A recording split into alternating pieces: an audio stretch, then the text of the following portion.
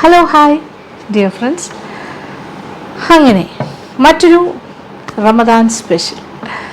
അപ്പോൾ റമദാൻ സീരീസ് എന്ന് പറഞ്ഞാൽ നമ്മൾ ചെയ്യുന്നുണ്ട്, പക്ഷേ കണ്ടിന്യൂസ് ആയിട്ട് ചെയ്യാൻ പറ്റുമെന്ന് ചോദിച്ചാൽ ഈ 30 ഡേയ്സും എല്ലാ ദിവസവും റമദാൻ സീരീസിൻ്റെ വിഭവങ്ങളാവണം എന്നില്ല. ഇടയ്ക്ക് മറ്റു വിഭവങ്ങളും വന്നേക്കാം. പക്ഷേ എങ്കിലും റമദാൻ സീരീസ് എന്നൊരു സീരീസ് ഉണ്ട്. അതിൽ 1, 2, 3 എന്ന് പറഞ്ഞിട്ട് നമുക്ക് നമ്പർ ചെയ്ത് തന്നെ പോകാം.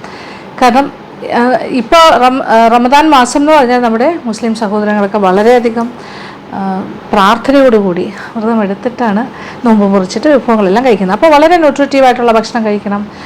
അവരുടെ വയറിനൊക്കെ നല്ല കൂളിംഗ് ആയിട്ടുള്ള കാര്യങ്ങൾ തുടങ്ങുന്നത് തന്നെ എങ്ങനെയാണ് പറയുക, ചെറിയ ഭക്ഷണത്തിലാണ് സ്റ്റാർട്ട് ചെയ്യുന്നത്. ഇപ്പോൾ ഈന്തപ്പഴം പോലെയുള്ള കാര്യങ്ങൾ അങ്ങനത്തെയൊക്കെ ചെറുതായിട്ട്. അത് കഴിഞ്ഞിട്ട് പാനീയങ്ങൾ കുടിക്കുന്നു. അതിപ്പോൾ പലതരം നാരങ്ങ വെള്ളം തൊട്ട് തുടങ്ങുന്നു. ഏത് ടൈപ്പ് ഓഫ് പാനീയമാണെങ്കിലും ആകാം.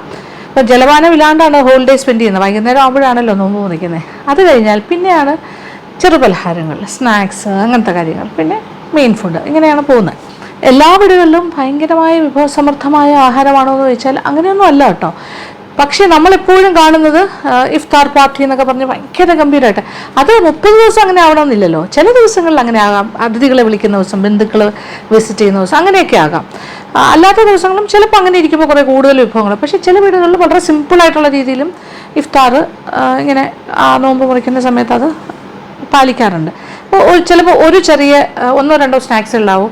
അതുപോലെ കുടിക്കുന്ന പാനീയം ചിലപ്പോൾ ഒരു ടൈപ്പ് ഉണ്ടാവുള്ളൂ. അങ്ങനെ അത് സിമ്പിളായിട്ടുള്ള ലൈഫ് സ്റ്റൈലും ഉണ്ടാകുമല്ലോ. അപ്പോൾ എന്തായാലും നമുക്കിപ്പോൾ ഞാൻ ഇന്നിപ്പോൾ 2 തരം ഇഫ്താർ ഡ്രിങ്ക്സാണ് ഉണ്ടാക്കാൻ പോണത്. അപ്പോൾ പാനീയങ്ങൾ എന്ന് വെച്ചാൽ നാരങ്ങാനീരല്ല കേട്ടോ, കുറച്ച് ഡിഫറെൻ്റ് ആയിട്ട് ചെയ്യാമെന്ന് വിചാരിച്ചു. അപ്പോൾ ആദ്യത്തേത് ബനാന കസ്റ്റേർഡ് ഡ്രിങ്ക്. ഓക്കെ, നല്ല ടേസ്റ്റാണ്. പിന്നെ ബനാനയുടെ കാര്യം ഞാൻ പറയേണ്ട ആവശ്യമില്ലല്ലോ. ശരീരത്തിന് നല്ലതാണ്, നല്ല കൂളിംഗ് പ്രോപ്പർട്ടീസ് ഉണ്ട്, ഒരുപാട് പോഷകപ്രദമാണ്. ഏത്തക്കയല്ല, നമ്മുടെ റോബസ്റ്റ പഴത്തിലാണ് ഞാനിത് ചെയ്യുന്നത്. പിന്നെ പാല് ചേർക്കുന്നുണ്ട്. പാലും നല്ലത് തന്നെയാണ്, കാൽഷ്യം ഒക്കെ ധാരാളം ഉണ്ട്. അപ്പോൾ നമുക്കിത് ഉണ്ടാക്കി തുടങ്ങാം. അപ്പോൾ 1 ലിറ്റർ പാല് ഞാൻ എടുത്ത് വെച്ചിട്ടുണ്ട്. അതിൽ നിന്ന്, ഇതിപ്പോൾ തണുത്ത പാലാണല്ലോ, ഇതിൽ നിന്നും കുറച്ച് പാല്, കുറച്ച് കസ്റ്റേർഡ്. ഇതിപ്പോൾ 2 table spoon vanilla custard powder, പാക്കറ്റിൽ കിട്ടുന്ന കസ്റ്റേർഡ് പൗഡറാണ്, അളന്ന് വെച്ചിട്ടുണ്ട്. അതിലേക്ക് ഒഴിച്ചിട്ട് ഒന്ന് കലക്കി വയ്ക്കും. അല്പം ഒരു എന്താ പറയുക, ഒരു 1/4 കപ്പ് പാലൊക്കെ മതിയാകും. ഈ രീതിയിലൊന്ന് കട്ടയിലാണ്ട് കലക്കി വയ്ക്കും. ഏറ്റവും എളുപ്പത്തിൽ ചെയ്യാൻ പറ്റുന്ന കാര്യങ്ങളാണ് ഇപ്പം ഞാൻ കാണിച്ചു തരുന്നത്. 2 തരം ഡ്രിങ്കും. ബാക്കി പാല് കാച്ചാനായിട്ട് പാത്രത്തിലേക്ക് മാറ്റും. ഇതിലേക്ക് കുറച്ച് പഞ്ചസാരയും കൂടി ചേർത്ത് കൊടുക്കാം. മധുരമൊക്കെ ഒരുപാട് വേണ്ടാന്നുണ്ടെങ്കിൽ അതനുസരിച്ചിട്ട് ക്രമീകരിച്ചാൽ മതി. ഓരോരുത്തരുടെ ഇഷ്ടത്തിനനുസരിച്ചിട്ട് മധുരമൊക്കെ കുറച്ച് കുറയ്ക്കുന്നത് തന്നെയാണ് നല്ലത്. നമുക്ക് എന്തായാലും ഒരു 1/4 കപ്പ് മുതൽ 1/2 കപ്പ് വരെ ആകാം. നല്ല മധുരം വേണമെങ്കിൽ 1/2 കപ്പ് പഞ്ചസാര വേണ്ടി വരും. അതല്ല 1/4 കപ്പ് മതി എന്നുണ്ടെങ്കിൽ ഒരു 3 ടേബിൾ സ്പൂൺ പഞ്ചസാര മതിയാകും. അപ്പോൾ നമ്മളൊന്ന് ഇളക്കി തന്നെ കാച്ചുന്നതായിരിക്കും നല്ലത്. ആ പഞ്ചസാരയൊക്കെ അലിഞ്ഞ പാലിൻ്റെ കൂടെ ചേരും. അപ്പോൾ പാൽ ഏതാണ്ട് തിളയ്ക്കാറാകുന്ന സമയമാകുമ്പോൾ ഈ കലക്കി വെച്ചിരിക്കുന്ന കസ്റ്റേർഡും കൂടി ചേർത്തിട്ട് ഒന്നിച്ച് തിളപ്പിക്കാം. അപ്പോൾ എന്താ പറയുക, അപ്പോൾ നന്നായിട്ടൊരു കുറുകിയ, പിന്നെ ഇത് ഒരുപാട് കുറുകിയ രീതിയിലുള്ള കസ്റ്റേർഡല്ല. ഇത് 1 ലിറ്റർ പാലിന് ഞാനിപ്പോൾ 2 ടേബിൾ സ്പൂൺ നിറച്ച് കസ്റ്റേർഡ് പൗഡർ എടുത്തിട്ടുണ്ട്. അത്രേ ആവശ്യമുള്ളൂ, ഒരുപാട് വേണ്ട. അപ്പോൾ ഭയങ്കര കട്ടി വേണ്ട, ഒരു കൊഴുപ്പ് കിട്ടിയാൽ മതി. ഓക്കെ, നോക്കാം. അപ്പോൾ പാലിങ്ങനെ ഏതാണ്ട് തിളയ്ക്കാറായി വരുന്നു. പാലും പഞ്ചസാരയും കൂടിയുള്ള മിശ്രിതമാണ്. ഞാൻ ഒന്നുകൂടി പറയുകയാണ്, മധുരം ഓരോരുത്തരുടെ ഇഷ്ടത്തിന് ചെയ്താൽ മതി. ഒരുപാട് മധുരം ആരോഗ്യത്തിന് നല്ലതല്ല. അപ്പോൾ അതനുസരിച്ചിട്ട് ചെയ്യാം. പിന്നെ എടുത്ത് വെച്ചിരിക്കുന്ന കസ്റ്റേർഡ് കുറേശ്ശെ ഒഴിക്കാം. നമുക്ക് ഒരുപാട് തിക്കാക്കണ്ട, അതനുസരിച്ചിട്ട് കസ്റ്റേർഡ് കൊടുക്കാം.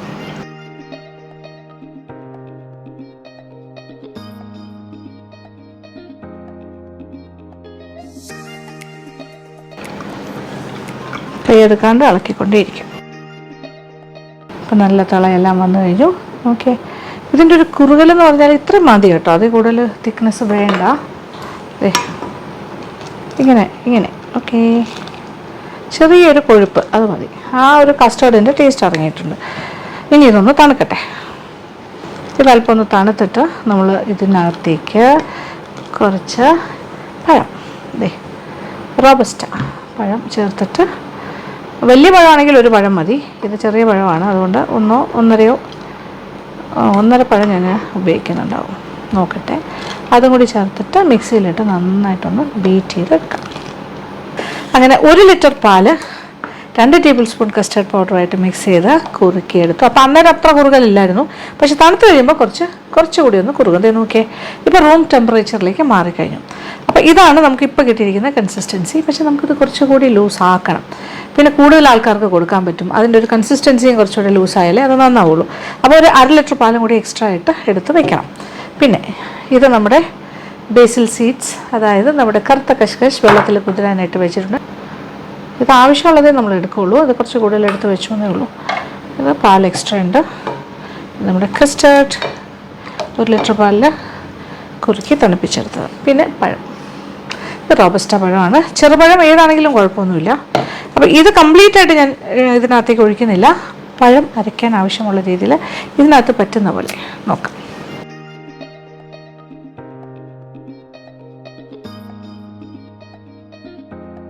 ഇതിപ്പോൾ ഞാൻ 2 പഴവും ചേർക്കാൻ പോകുന്നു. ഒരു ചെറുതായതുകൊണ്ട് 2 എണ്ണം, വലുതാണെങ്കിൽ 1 എണ്ണം. പഴത്തിൻ്റെ ഒരു മധുരമൊക്കെ ഉണ്ടാവുമല്ലോ, അതുകൊണ്ടാണ് ഞാൻ പറഞ്ഞത്. പഞ്ചസാരയൊന്നും അങ്ങനെ ഒരുപാട് ചേർക്കേണ്ട, 1, 2, 3 ടേബിൾ സ്പൂൺ ആയാലും ധാരാളം മതിയാകും. ടു സ്വീറ്റ് വേണ്ട, കാര്യം ഒരുപാട് ആഹാരമൊന്നും കഴിക്കാതിരുന്നിട്ട് പിന്നെ ഭയങ്കരമായിട്ട് ഷുഗർ കഴിക്കുന്നത് നല്ലതല്ല. ഇതിലേക്ക് കസ്റ്റേർഡ് ഒഴിക്കുന്നു. ഇനി ഒന്ന് നന്നായിട്ടൊന്ന് ബ്ലെൻഡ് ചെയ്തെടുക്കാം.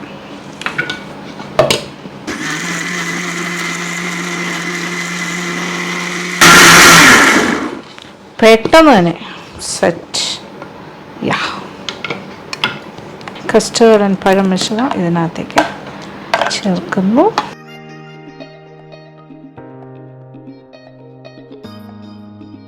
ഇനി കുറച്ചുകൂടി പാൽ മിക്സ് ചെയ്യാം. ഇത് ഏകദേശം 1 കപ്പോളം പാലുണ്ട്.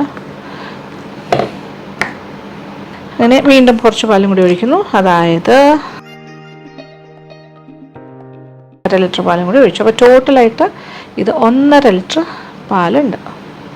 ഈ ഒരു കൺസിസ്റ്റൻസി തന്നെയാണ് ധാരാളം നല്ലത്. ഇനി ഇതിലേക്ക് നമ്മുടെ കറുത്ത കസ്കസ് ഇട്ട് കൊടുക്കാം. അതൊരു പ്രത്യേക ടേസ്റ്റാണ്. ഇതിപ്പോൾ 1 ടേബിൾ സ്പൂണായി. 3 ടീസ്പൂൺ ഇട്ടു. വീണ്ടും ഞാൻ ഇടുന്നു, എനിക്കിത് വലിയ ഇഷ്ടമാണ്. 2 ടേബിൾ സ്പൂൺ ചേർത്ത് കഴിഞ്ഞു. ഇനിയും വേണമെങ്കിൽ ചേർക്കാം. അപ്പോൾ കഴിക്കുന്ന സമയത്ത് ഇങ്ങനെ കടിക്കാൻ കിട്ടുമ്പോൾ അതൊരു പ്രത്യേക സുഖമാണ്. സോ ടോട്ടലായിട്ട് ഇപ്പോൾ 3 ടേബിൾ സ്പൂൺ നിറച്ച്, അതായത് 9 ടീസ്പൂൺ. 3 table spoon. ഇതാണ് നല്ല ബനാന കസ്റ്റേർഡ് ഡ്രിങ്ക്. ഇതിന് നല്ല തണുപ്പിച്ചാണ് കുടിക്കേണ്ടത്. ഇതിങ്ങനെ ഉണ്ടാക്കി ഫ്രിഡ്ജിലേക്ക് വയ്ക്കുക, ആ സമയമാകുമ്പോൾ എടുക്കാം. ഇത് കണ്ടില്ലേ എത്ര മനോഹരമായിരിക്കുന്നു, കാണുമ്പോൾ തന്നെ അറിയില്ലേ അതിൻ്റെ സ്വാദ്. ഇത് നല്ല ചിൽഡാണെങ്കിൽ ആലോചിച്ച് നോക്കുക, നല്ല തണുപ്പിച്ച് കഴിക്കുമ്പോൾ ഗംഭീരമായിരിക്കും. ഇത് ഏകദേശം ഒരു 6-7 പേർക്ക്, അപ്പോൾ ചെറിയ ഗ്ലാസ്സൊക്കെ ആണെങ്കിൽ കൂടുതൽ ആൾക്കാർക്ക് പറ്റും. പക്ഷെ ഒരു നല്ലൊരു 250-240 ml ഗ്ലാസ് ആണെങ്കിൽ തന്നെ ഏകദേശം 6 പേർക്ക് സുഖമായിട്ട് കഴിക്കും.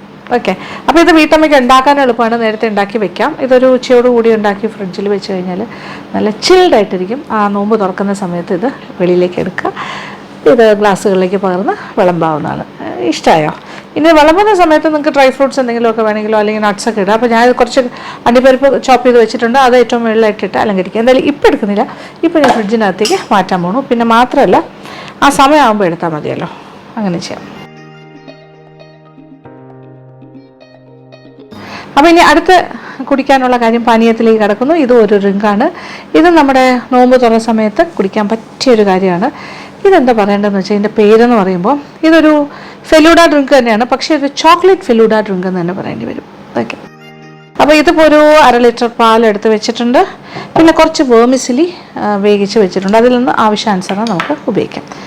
ആദ്യം പാലും വേർമിസിലിയും കൂടി ഒന്ന് ബ്ലെൻഡ് ചെയ്യണം. എളുപ്പമാണ്, വളരെ എളുപ്പമാണ്, ഭയങ്കര ടേസ്റ്റാണ്. നോക്കിക്കോളൂ. ഇപ്പോൾ വേവിച്ച വേർമിസിലി ഒരുപാടായാലും ഒരുപാട് തിക്കായി പോകും.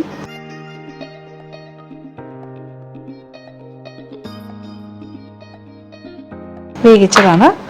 അതിനകത്തേക്ക് കുറച്ച് പാലൊഴിക്കാം. ഇനി കുറച്ച് പഞ്ചസാര ചേർക്കാം. മധുരം ആവശ്യാനുസരണം, ഒരുപാടൊന്നും വേണ്ട. ഇതിപ്പോൾ ഞാനൊരു ടേബിൾ സ്പൂണേ ചേർക്കുന്നുള്ളൂ, 3 ടീസ്പൂൺ. നിങ്ങളുടെ മധുരത്തിനനുസരിച്ച് ചേർത്ത് കൊള്ളുക. പിന്നെ അത് കഴിഞ്ഞിട്ട് ഇതൊരു ചോക്ലേറ്റ് ഫ്ലേവർ കൊടുക്കാനായിട്ട് ഇതിപ്പോൾ ഞാനൊരു പാക്കറ്റ് ബൂസ്റ്റ് ഇങ്ങനെ കിട്ടില്ലേ പാക്കറ്റിൽ, അതിലൊരു പാക്കറ്റ് എടുക്കുന്നു. വീണ്ടും കുറച്ച് പാലും കൂടി ഒഴിക്കുന്നു. നന്നായിട്ടൊന്ന് ബ്ലെൻഡ് ചെയ്തെടുക്കാം.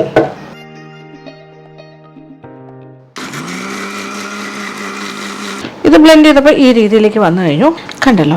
അതെ, വേർമിസിലൊന്നും കാണാനില്ല. അപ്പോൾ ഇനി എന്താ ചെയ്യണേ, ഇനി നമ്മൾ വീണ്ടും കുറച്ച് വേർമിസിൽ ഇട്ട് കൊടുക്കുന്നു.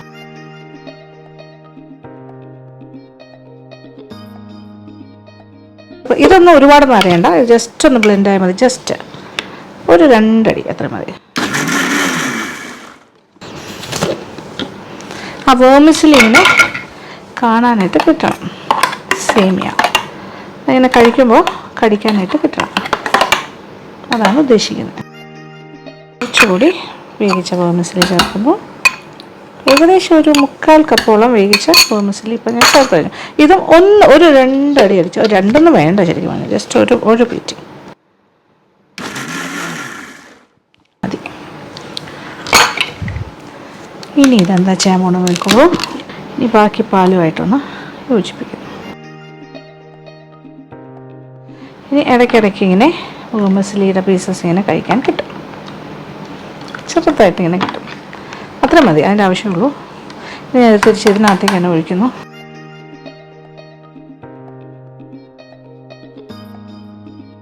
ഇത് നല്ല ചിൽഡായിട്ടുള്ള പാലായിരുന്നു, നല്ല തണുത്ത പാലായിരുന്നു, അതുകൊണ്ട് കുഴപ്പമില്ല, നമുക്ക് ഇപ്പോൾ വേണമെങ്കിലും കുടിക്കാം. അപ്പോൾ ആ വേർമിസിലിയുടെ പീസസ് ഇങ്ങനെ കുഞ്ഞു പീസസ് ആയിട്ട് കിടക്കണം.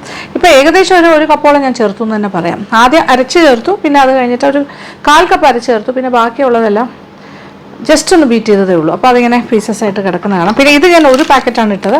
ഇതിൻ്റെ അതായത് നമ്മൾ ചോക്ലേറ്റ് ഫ്ലേവർ കൂടുതൽ വേണമെന്നുണ്ടെങ്കിൽ 2 പാക്കറ്റ് ഇടുക. ഓക്കെ, 5 റുപ്പീസിൻ്റെ പാക്കറ്റാണ് ഇത്, ഒരു പാക്കറ്റ് ഇട്ടു, 1 പാക്കറ്റ് ചെയ്യാം. ഇനി ഇതിലേക്ക് വേണമെങ്കിൽ നമുക്ക് കുറച്ച് കറുത്ത കസ്കസ് കൂടി ചേർക്കാം, കുതിർത്തത്.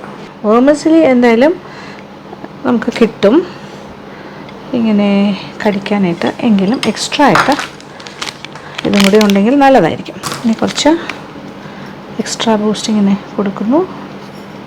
പൊടി ഇങ്ങനെ പൊടി.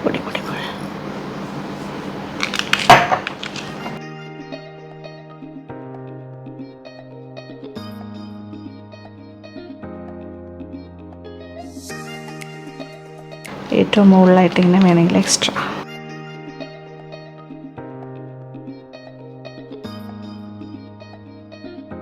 കാണുമ്പോൾ ഒരു ലുക്ക് ഉണ്ടാവും. ഇത് നോക്കിയേ, ബ്യൂട്ടിഫുൾ ആയില്ലേ? അതുപോലെ ഒരു ഗ്ലാസ്സിന് കൂടി.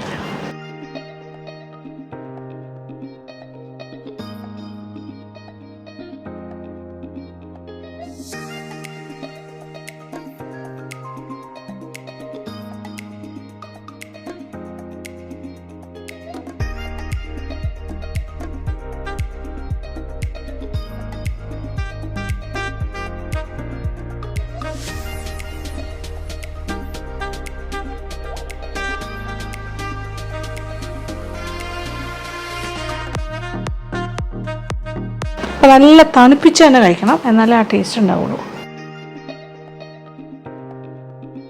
പെട്ടെന്ന് തണുക്കാൻ വേണ്ടിയിട്ട് ഞാൻ ഫ്രീസറിലാണ് വെച്ചിരുന്നത്.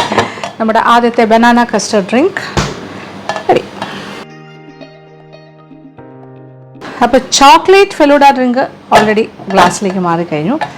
ഇനി ഇതിനും കൂടെ സെറ്റ് ചെയ്യണം. ഇത് നല്ല ചിൽഡായി ഒരു വിധം തണുത്ത് കഴിഞ്ഞു. അപ്പോൾ ഇത് നമുക്ക് ഒഴിക്കാനുള്ള സൗകര്യാർത്ഥം ഞാൻ ഈ പാത്രത്തിലേക്ക് മാറ്റുന്നു. അങ്ങനെ ബനാന കസ്റ്റർഡ് ഡ്രിങ്ക്.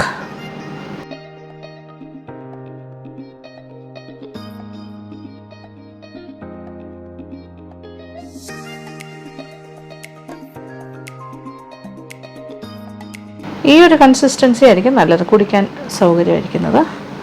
ഇനി ഇതിൻ്റെ മുകളിലായിട്ട് കുറച്ച് ചോപ്ഡ് നട്ട്സ്, നമുക്ക് എന്ത് വേണമെങ്കിലും ഇടാം, ആൽമണ്ട്സ് ഇടാം, എന്ത് വേണമെങ്കിലും ഇടാം. ഇതിപ്പോൾ ഞാൻ കുറച്ച് കാഷ്യൂ നട്ട്സ്, ഇതിൻ്റെ കൂടെ വേണമെങ്കിൽ പിസ്താഷ്യോ, ആൽമണ്ട്സ്, എത്ര കാര്യം വേണമെങ്കിലും ഇടാം. ജസ്റ്റ് കാഷ്യൂ നട്ട്സ് അത്ര എടുത്തുള്ളൂ ഞാൻ.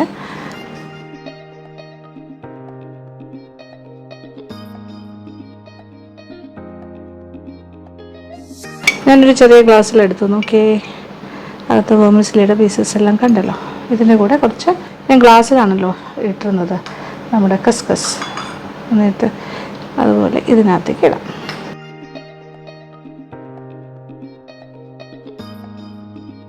ആഹാ, വേർമിസെല്ലിയുടെ കൂടെ കസ്കസും കൂടി ആയി കഴിഞ്ഞു. ബൂസ്റ്റും കൂടി ഒന്ന് ഡ്രസ്സിൽ ചെയ്തിട്ട് കുടിക്കുന്നതാണ് നല്ലത്.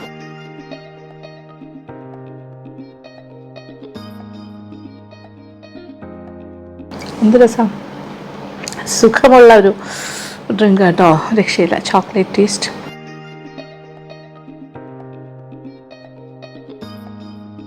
ചെറിയൊരു വേർമിസെല്ലിയും നമ്മുടെ കസ്കസും എല്ലാം ഇങ്ങനെ എൻ്റെ വായിലിങ്ങനെ വരുന്നുണ്ട് കറക്റ്റായിട്ട്.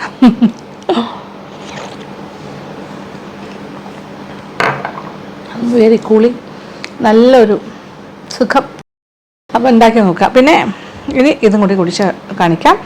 അത് ഞാൻ വേറൊരു പാത്രത്തിൽ കുറച്ച് ഫ്രിഡ്ജിൽ വെച്ചിരുന്നല്ലോ, അത് ഞാൻ വേറൊരു ഗ്ലാസ്സിൽ വയ്ക്കാം. അത് നല്ല ചിൽഡാകാനായിട്ട് ഞാൻ തിരിച്ചവിടെ വെച്ചിരിക്കുമായിരുന്നു. യെസ്, അണ്ടിപ്പരിപ്പെല്ലാം ചേർത്തു. ഓക്കേ,